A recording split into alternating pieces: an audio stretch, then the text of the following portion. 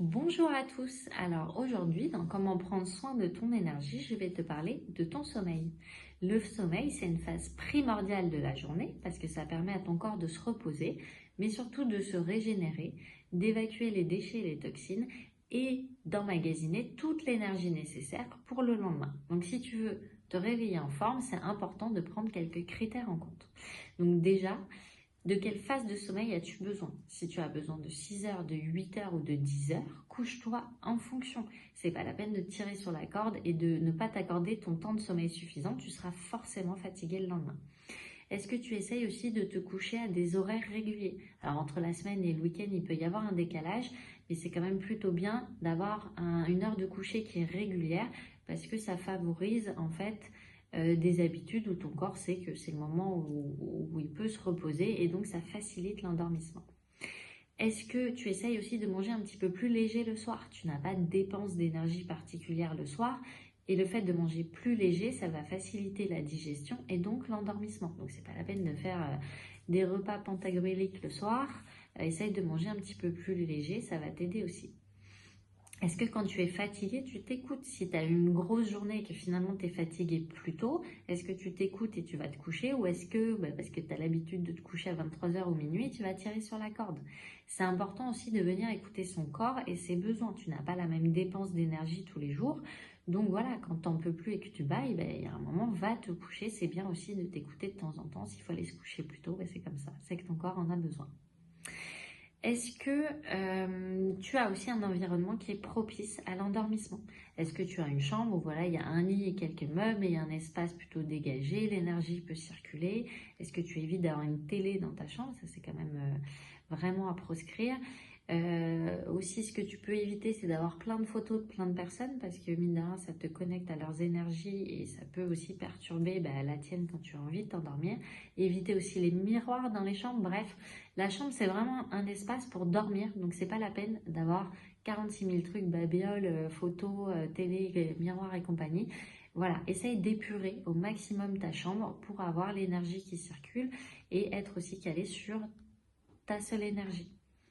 Pour ceux qui dorment avec des conjoints, qui ont des conjoints qui ronflent, qui bougent, est-ce que vous ne pouvez pas vous accorder aussi quelques nuits dans une autre chambre ou voilà, dans un autre lit pour vraiment penser à vous? On est souvent perturbé par le sommeil et l'énergie de l'autre, donc c'est aussi important. Si vous êtes trop fatigué, il y a un moment, si vous faites chambre à part quelques nuits, ce n'est pas la fin du monde non plus. Il faut aussi penser à vous. Est-ce que vous essayez aussi d'éviter les ondes, de ne pas mettre le téléphone juste à côté de l'oreiller, de ne pas mettre la tête de lit juste derrière le mur où il y a la box télé derrière et des ondes toute la nuit? Essayez aussi voilà, de vous éviter quelques ondes, ça peut aussi vous faciliter l'endormissement. Est-ce que vous prenez aussi le temps d'évacuer les tensions?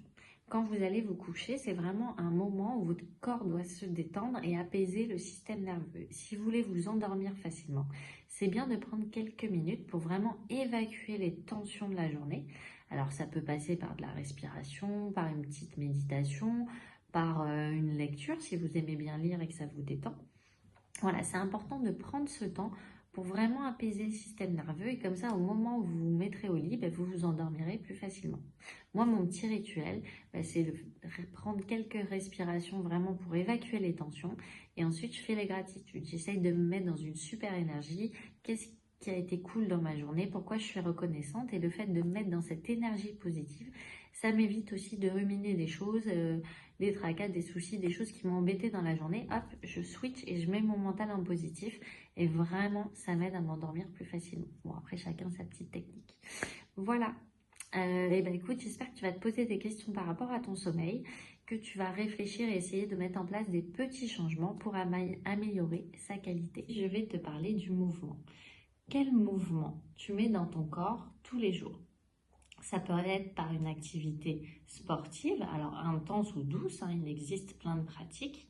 Est-ce que tu vas faire des balades en nature? Est-ce que tu vas te recharger justement en forêt, dans un parc? Est-ce que tu prends le temps justement de mettre du mouvement? Ça peut passer aussi par des activités à la maison. Des fois, juste faire un peu de ménage, ça crée du mouvement. Aller faire du jardinage, ça crée du mouvement. On n'est pas obligé d'avoir une dépense d'énergie intense pour mettre du mouvement. Donc, quel est le rituel ou qu'est-ce que tu as fait aujourd'hui pour mettre du mouvement dans ta vie. C'est important aussi de se poser la question, quels sont les polluants et les ondes autour de toi? Est-ce que tu as un environnement très pollué avec beaucoup d'ondes, ou est-ce que tu peux changer un petit peu certaines habitudes? Par exemple, ne pas mettre le téléphone juste à côté de ton oreiller, plutôt avoir un réveil et mettre le téléphone un petit peu plus loin. Pourquoi pas désactiver la box la nuit? Pas d'utilité à capter Internet au moment où tu dors. Et voilà, essayer de vraiment diminuer tout ce qui est pollution, ondes sonores, ondes en tout genre, pour vraiment apaiser aussi ton système nerveux et ton corps. Est-ce que tu te soignes aussi correctement? Est-ce que quand tu te blesses ou que tu as mal au dos, par exemple, est-ce que tu vas voir ton ostéo? Est-ce que tu prends le temps d'avoir des petits rituels bien-être pour prendre soin de ton corps? Est-ce que tu te masses quand tu as une douleur ou que tu vas programmer un massage avec un professionnel? Et travailler aussi vraiment sur la conscientisation du corps. Toutes les émotions, en fait, ont une répercussion à un endroit sur le corps. Donc, quand tu vis une émotion forte, c'est important de venir te demander où est-ce qu'elle vibre dans ton corps, où se situe la tension. Et en fait, vraiment, une fois que l'émotion est passée, de venir l'évacuer, de soulager avec de la respiration ou encore des étirements du mouvement pour essayer d'évacuer tout ça, pour ne pas garder une tension à cet endroit qui risquerait en fait de devenir de plus en plus importante et de créer derrière des vrais maux ou une pathologie ou quelque chose. Donc c'est important de te poser la question sur le mouvement que tu mets au quotidien, sur comment est-ce que tu prends soin de ton corps vraiment au niveau physique, au niveau douleur, au niveau soin pur du corps, et s'il y a vraiment trop d'ondes et de polluants autour de toi.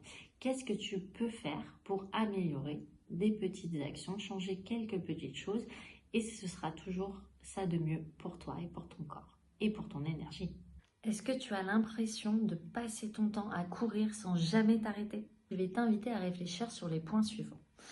Combien de fois par jour est-ce que tu t'accordes une pause mentale? Est-ce que tu n'en fais pas du tout? Est-ce que tu t'accordes 1 ou 2 minutes? Est-ce que tu arrives à t'accorder un petit peu plus de temps? C'est important de venir faire vraiment cette pause mentale pour apaiser ton corps, ton système nerveux, te recentrer, et ça te permettra d'avoir beaucoup plus d'énergie, d'être beaucoup plus concentré et d'avoir du recul par rapport aux situations. Juste 3 minutes le matin pour faire une petite méditation, pour t'ancrer, pour te protéger, ça va changer tout le reste de ta journée. Donc tu peux décider que tu n'as pas le temps, mais tu peux aussi te dire que par exemple entre le moment où tu déposes les enfants à l'école et le moment où tu rentres dans l'entreprise pour travailler, tu t'accordes 3 minutes dans la voiture, aux toilettes, sur ton lieu de travail, à la maison, peu importe. Accorde-toi ces quelques minutes pour vraiment faire remonter ton énergie et te centrer, c'est super important. Est-ce que tu passes aussi beaucoup de temps sur les écrans? Aujourd'hui, avec les téléphones, il y a énormément de personnes qui passent des heures et des heures à scroller et après elles disent qu'elles n'ont pas le temps de prendre soin d'elles. Et le scroll n'apporte pas grand-chose pour ton corps et pour ton énergie. Donc si tu peux passer un petit peu moins de temps sur ton téléphone et prendre ce temps-là pour prendre soin de toi et de ton énergie, voilà, je t'invite à réfléchir là-dessus. Est-ce que tu peux changer ça aussi? Est-ce que tu es aussi capable de rester dans le silence? Alors, aujourd'hui, on est énormément sollicité avec de la pollution sonore, avec de la pollution visuelle, avec des notifications sur les téléphones. Et en fait, il y a très peu de moments où le corps est apaisé, le système nerveux aussi. Et le silence, ça favorise extrêmement ça, de vraiment aider son corps à redescendre en tension et à apprécier le moment présent. Donc, est-ce que tu es capable d'être en silence, par exemple, chez toi ou sur ton lieu de travail, ou est-ce que tu as besoin, au contraire, qu'il y ait toujours un bruit de fond, la télé, la musique, un espèce de bruit? Si tu es capable de rester en silence, c'est très bien et favorise ces moments. Si tu es incapable et que le silence te met mal à l'aise, là par contre, c'est qu'il y a certainement un trauma, une blessure derrière et que ton mental cherche à avoir du bruit pour cacher ça et ne surtout pas aller creuser, parce que forcément, aller creuser sur ces blessures, ça met un petit peu dans l'inconfort et voilà, c'est souvent le mental préfère bloquer ça et ne pas voir. C'est plus facile. C'est plus facile de rester dans l'inconfort connu que d'aller travailler quelque chose d'inconnu. Et enfin, combien de fois par an est-ce que tu t'accordes des vrais moments ressourçants? Est-ce que par exemple tu prends assez de vacances? Est-ce que pendant tes vacances tu poses vraiment le téléphone? Tu vas faire des activités qui te ressourcent, tu profites du temps avec ta famille, tes proches, tes enfants. Voilà, est-ce que tes temps de repos et de vacances sont vraiment ressourçants ou alors est-ce que tu restes chez toi, tu fais pas grand-chose, la semaine est passée, tu reprends le boulot et finalement, bon, est-ce que cette pause a servi à quelque chose? Pas vraiment. Donc voilà, je t'invite vraiment à aller te poser toutes ces questions et si tu peux faire un ou deux petits changements sur ces sujets-là, eh ben, ce sera toujours plus positif pour ton corps, pour ton énergie, pour ton mental, bref, ça va vraiment t'aider au quotidien. Un petit changement par mois, ça fait 12 changements à la fin de l'année, 12 changements dans ta vie. Clairement, ça fait la différence. Et si jamais tu es complètement plombé, épuisé, beaucoup de négatifs sur toi, je t'invite à prendre rendez-vous pour un soin énergétique avec moi. Il y a le lien en dessous. Je te souhaite une très belle journée et à bientôt.